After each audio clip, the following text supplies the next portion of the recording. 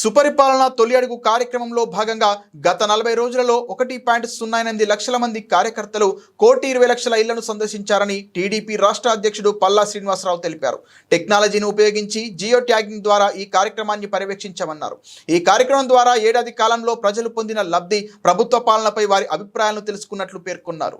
గత 12 నెలలుగా కూటమి ప్రభుత్వం చేసినటువంటి అభివృద్ధి కార్యక్రమాలు ఉన్నాయో ఆ అభివృద్ధి కార్యక్రమాలని ప్రజల దృష్టికి తీసుకువెళ్ళడం, మళ్ళీ వారి దగ్గర నుంచి ఫీడ్బ్యాక్ తీసుకొని మళ్ళీ పార్టీకి తెలియజేయడం. ఈ విధంగా సుమారు 40 రోజులు 1,08,000 మంది కార్యకర్తలు ప్రతిరోజు కూడా పాల్గొని ఇంటింటికి వెళ్ళి ఏదైతే మేము ఇచ్చినటువంటి పాంప్లెట్ ఉందో ఆ పాంప్లెట్ని ప్రతి ఇంటికి కూడా చేరవేయడం జరిగింది. ఈరోజు ఒకసారి ఆ కార్యక్రమంలో ఎన్ని గడపలు, ఎన్ని ఇల్లులు టచ్ చేశారా అనేది కానీ ఒకసారి చూసుకుంటే, ఎందుకంటే ఈరోజు మా యువ నాయకులు కేవలం ఇంటింటికి వెళ్ళారు, మన పాంప్లెంట్ ఇచ్చారు అంటే తీసుకునే విధంగా కాదు.